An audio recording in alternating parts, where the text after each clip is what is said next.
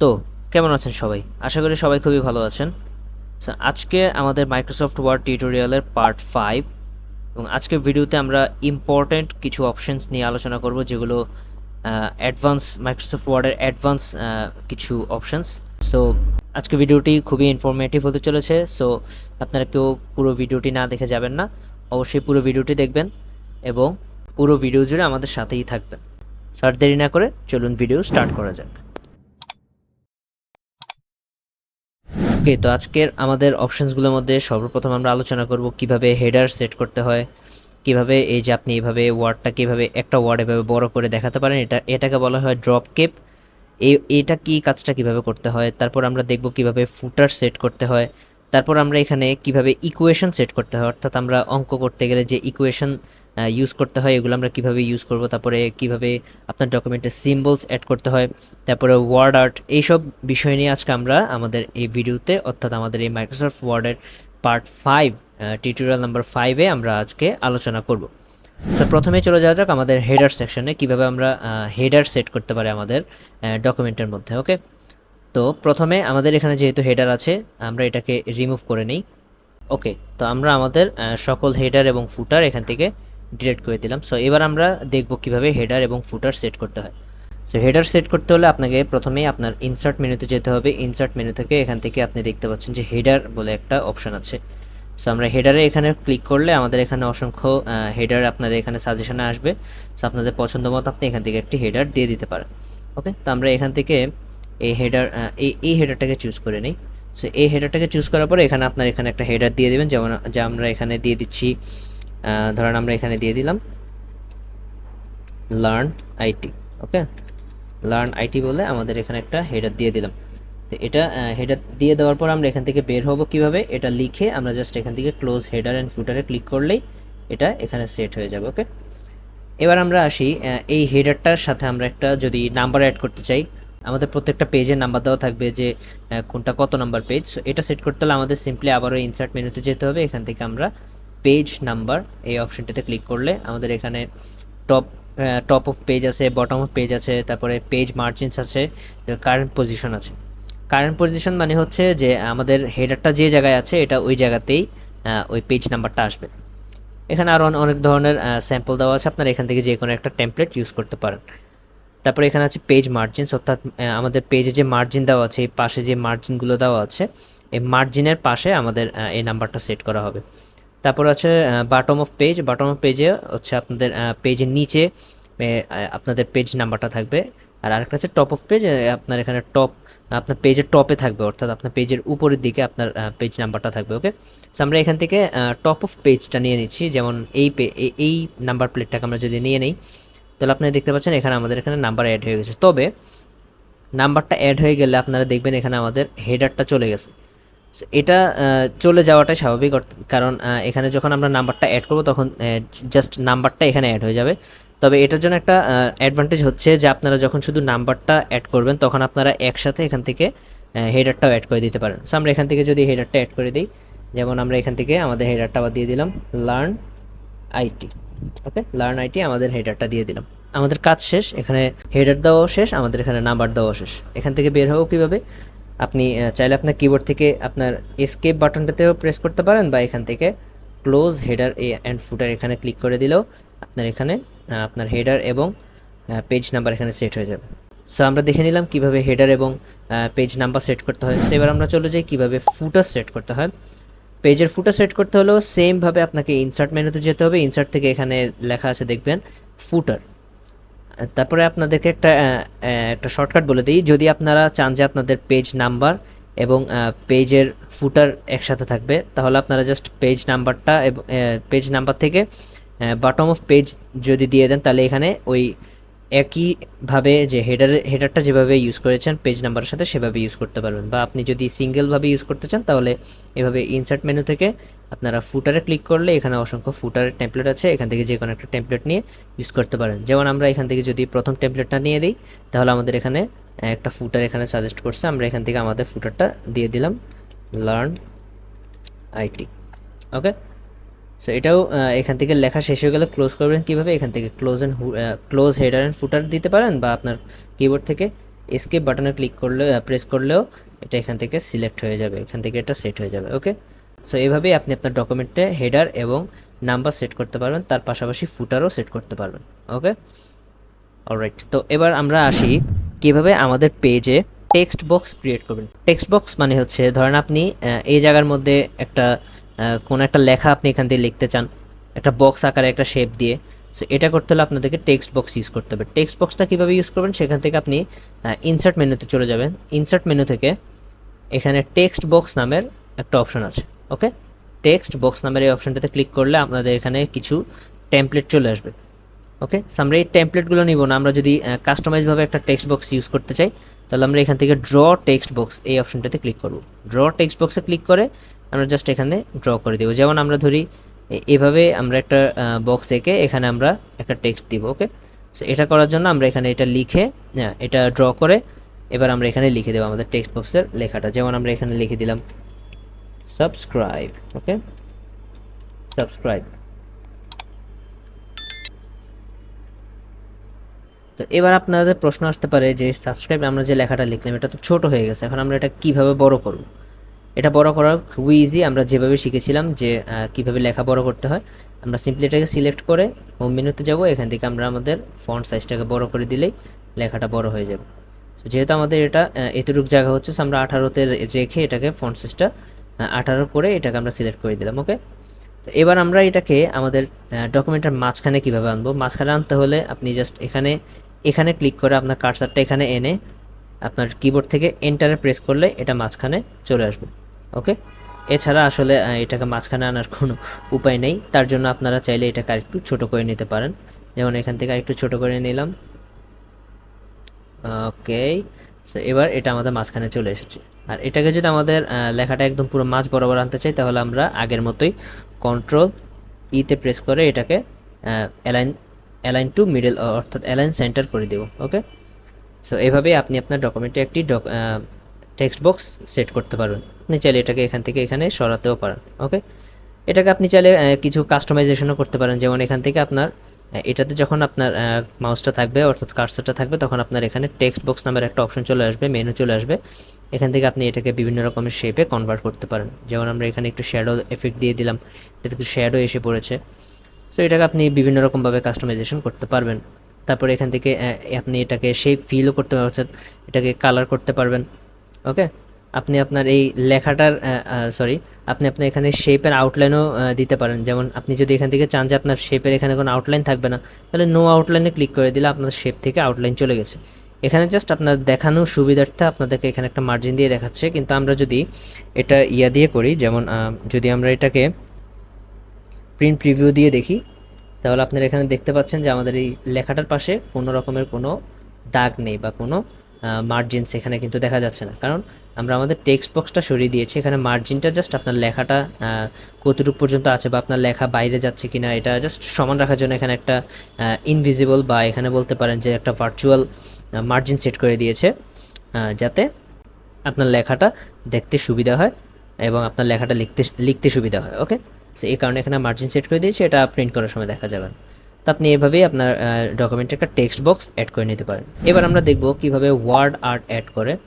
Word art মানে হচ্ছে আপনার লেখাটাকে একটু স্টাইলিশভাবে আপনি প্রেজেন্ট করতে চান, তাহলে সেক্ষেত্রে আপনাকে ওয়ার্ড আর্ট ইউজ করতে হবে। ওয়ার্ড আর্ট ইউজ করতে হলে আপনাকে এখান থেকে ইনসার্টে যেতে হবে। ইনসার্ট থেকে এখানে একটা অপশন আছে ওয়ার্ড আর্ট। এই যে এই ওয়ার্ড আর্ট অপশনটিতে ক্লিক করলে এখানে বিভিন্ন রকমের আর্ট চলে আসবে।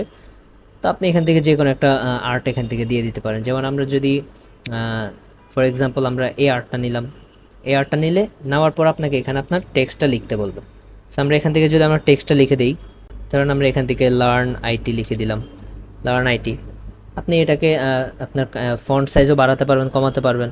তারপর এখান থেকে আপনি আপনার লেখাটাকে বোল্ডও করতে পারবেন বা এখান থেকে ইটালিকও করতে পারবেন। সো আমরা এগুলো কিছু করছি না, আমরা জাস্ট এটাকে দেখানোর সুবিধার্থে জাস্ট এটাকে আমরা রেখে এখান থেকে ওকে করে দিলে আপনারা দেখতে পাচ্ছেন এখানে আমাদের একটা ওয়ার্ড আর্ট অ্যাড হয়ে গেছে। ওকে, অলরাইট। তো এবার আমরা এটাকে কিভাবে মুভ করব, আপনারা দেখতে পাচ্ছেন যে আমরা এটাকে এখান থেকে মুভ করতে পারছি না। এটাকে মুভ করতে হলো সিম্পলি ওই যে আমরা যেভাবে পিকচার অ্যাড করেছিলাম সেভাবে এটার উপরে মাউসটা রেখে রাইট বাটনে ক্লিক করলে এখান থেকে লেখা আসবে format auto shape and picture. Okay, তো এখানে ক্লিক করার পরে আপনারা দেখতে পাচ্ছেন এখানে একটা অপশন আছে লেআউট।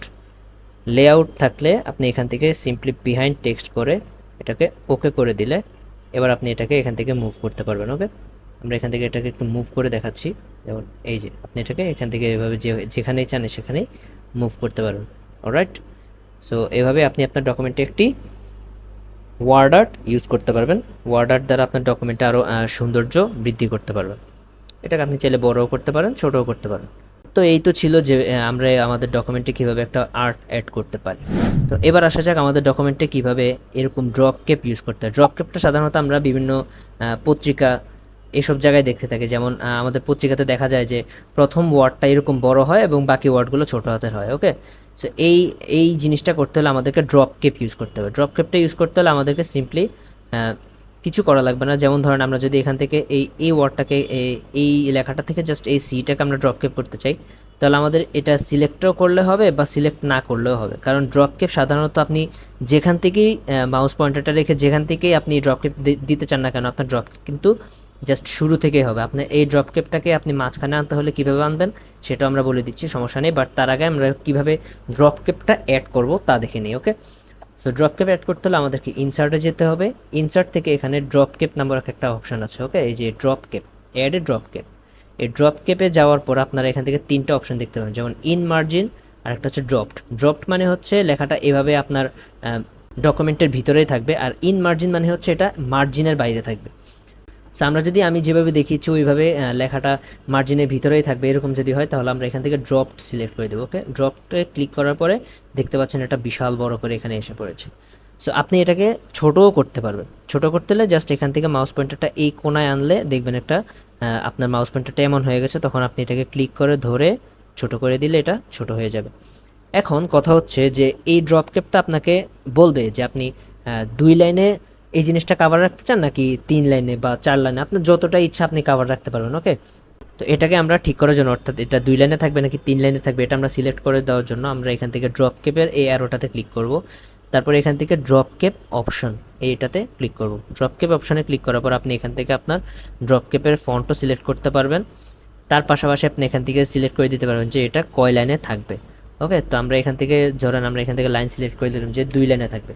2 লাইনে থাকবে, তো 2 লিখে আমরা এখানে 2 লিখে ওকে করে দিলে এটা জাস্ট এখন 2 লাইনের হয়ে যাবে। ওকে, এখন আপনি যদি এখান থেকে লেখা শেষ করে 2 লাইন হয়ে যায়, 2 লাইন হয়ে গেলে 3 নাম্বার লাইন আপনার নিচে থেকে লেখা শুরু হবে।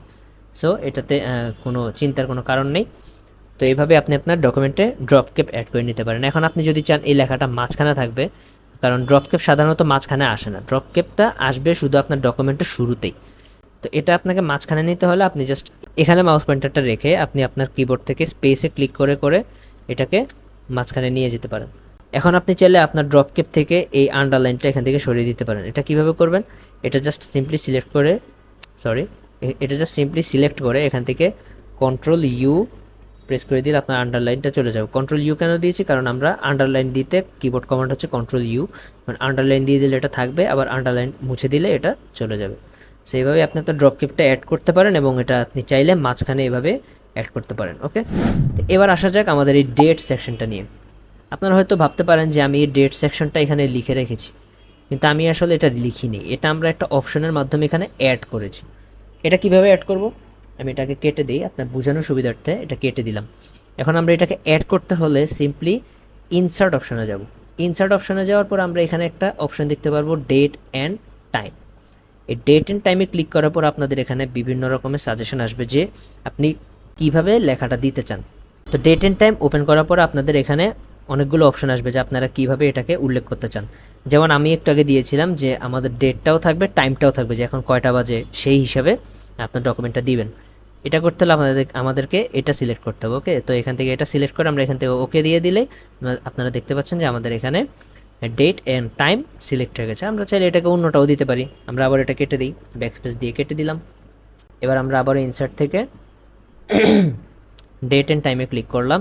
এখান থেকে আমরা অন্য একটা অপশন নিয়ে নিই, যেমন আমরা জাস্ট ডেটটা নিই, ডেটটা নিয়ে ওকে করে দিলে আমাদের জাস্ট এখানে ডেট সিলেক্ট হয়ে যাবে। ওকে, তো আমরা এখানে কষ্ট করে আমাদের ডেট লেখা লাগবে না, জাস্ট সিম্পলি ইনসার্টে গিয়ে ডেট অ্যান্ড টাইমে গিয়ে যে কোনো একটা ফরম্যাট এখান থেকে দিয়ে দিলেই আমাদের এখানে আমাদের ডেটটা এখানে শো হয়ে যাবে। ডেট অ্যান্ড টাইম দুইটাই আপনারা চাইলে এখান থেকে শো করতে পারবেন। অলরাইট, এবার আসা যাক আমাদের ডকুমেন্টে কীভাবে সিম্বল অ্যাড করতে হয়। সো সিম্বল অ্যাড করাটা আসলে তেমন কঠিন কিছু না। সিম্বল অ্যাড করতে হলে আমাদেরকে সিম্পলি ইনসার্ট অপশনে যেতে হবে। ইনসার্ট অপশনে যাওয়ার পর আমাদের এখান থেকে সিম্বল এই অপশনটাতে ক্লিক করলে আমরা এখানে বিভিন্ন রকমের সিম্বল দেখতে পারবো। তবে আমরা যদি আরও সিম্বল চাই যে না এই সিম্বল হবে না, আমাদের আরও অন্যরকম সিম্বল লাগবে, তাহলে আমরা এখান থেকে মোর সিম্বলসে ক্লিক করতে পারি। মোর সিম্বলসে ক্লিক করলে আমরা এখান থেকে অসংখ্য সিম্বলস দেখতে পারবো। ওকে, এখান থেকে চাইলে আপনি এই যে কোনো টাইপের সিম্বল এখান থেকে চাইলে এখান থেকে বের করতে পারেন। তবে আপনি যদি চান একটা জায়গার ভিতরেই, অর্থাৎ একটা অপশনের ভিতরেই আপনি সব ধরনের পাওয়ার জন্য, অর্থাৎ সব ধরনের সিম্বল পাওয়ার জন্য, তাহলে আপনি এখান থেকে সিম্পলি নিচে যাবেন, নিচে যেয়ে এখান থেকে লিখে দিবেন, এখান থেকে সার্চ করবেন উইংডিংস 2 বা ওয়েবডিংস। ওকে, ওয়েবডিংস এবং উইংডিংসে সাধারণত আমরা যে সমস্ত সিম্বল ইউজ করে থাকি এগুলো এখানেই থাকে। যেমন ওয়েবডিংসে যদি যাই, তাহলে ওয়েবডিংস আপনি এই যে এই সমস্ত সিম্বলগুলো আপনারা ওয়েবডিংসে পেয়ে যাবেন। ওকে, তা আপনারা যদি উইংডিংসে যান, উইংডিংসে গেলেও আপনারা এখানে বিভিন্ন রকমের আমরা যাবতীয় সাধারণত আমাদের ডেলি লাইফে যেগুলো ইউজ করি এই সমস্ত ধরনের এখানে সিম্বলগুলো আছে। আপনারা চাইলে এখান থেকে যে কোনো সিম্বলই এখান থেকে অ্যাড করতে পারবেন। তো উইংডিংস 2 আছে, 3 আছে, এগুলোতে গেলে আপনারা সাধারণত আমরা যেসব সিম্বল অ্যাড করে থাকি এগুলো এখানে পাওয়া যাবে। তো আমরা যদি ধরেন আমরা একটু ওয়েবডিংসে যাই, ওয়েবডিংস থেকে আমরা যদি এখান থেকে যে কোনো একটা সিলেক্ট করে দিই, ধরেন আমরা এখান থেকে নিচে গেলাম, এখানে এই যে পৃথিবী, এই পৃথিবীর এই সিম্বলটা আমরা অ্যাড করতে চাই, তাহলে এখানে এই পৃথিবীর সিম্বলটাতে আমরা ক্লিক করে এখান থেকে ইনসার্টে প্রেস করে দিলেই আমাদের এখানে একটা পৃথিবীর সিম্বল অ্যাড হয়ে যাবে। এখন আপনারা বলতে পারেন যে সিম্বলটা তো অনেক ছোট, এটা আমরা কিভাবে অ্যাড করব?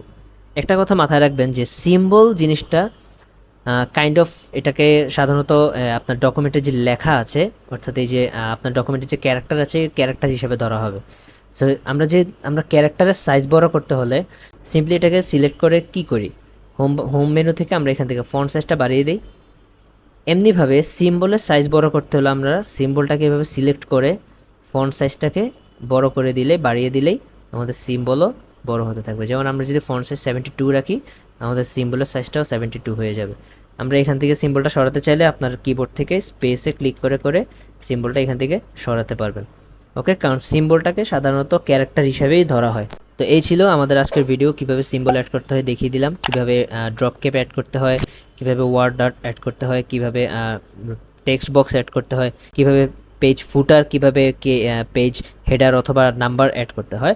সো আজকের ভিডিওটা একটু ছোট, আজকের ভিডিওটাতে এত কিছু শেখানো হয় নাই, বাট যেগুলো বলা হয়েছে সেগুলো খুবই ইম্পর্ট্যান্ট, আপনারা হয়তো বুঝতে পেরেছেন।